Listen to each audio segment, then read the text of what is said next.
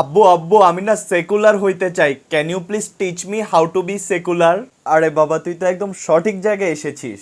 ফার্স্টেই তোকে সেকুলার হইতে হইলে তোকে শুধু আমাকে না, তোকে আমেরিকাকেও আব্বু ডাকতে হবে। কিন্তু আব্বু, আমেরিকা তো ইসরায়েলকে গণহত্যা করতে শুধু সাপোর্ট না, সহযোগিতা পর্যন্ত করতেছে। হ্যাঁ, এর জন্য আমরা আমেরিকার বিরুদ্ধে আন্দোলন করব, মিছিল করব, তবে আবার এমন কিছু করা যাবে না যাতে করে আব্বু আমেরিকা মাইন্ড করবে।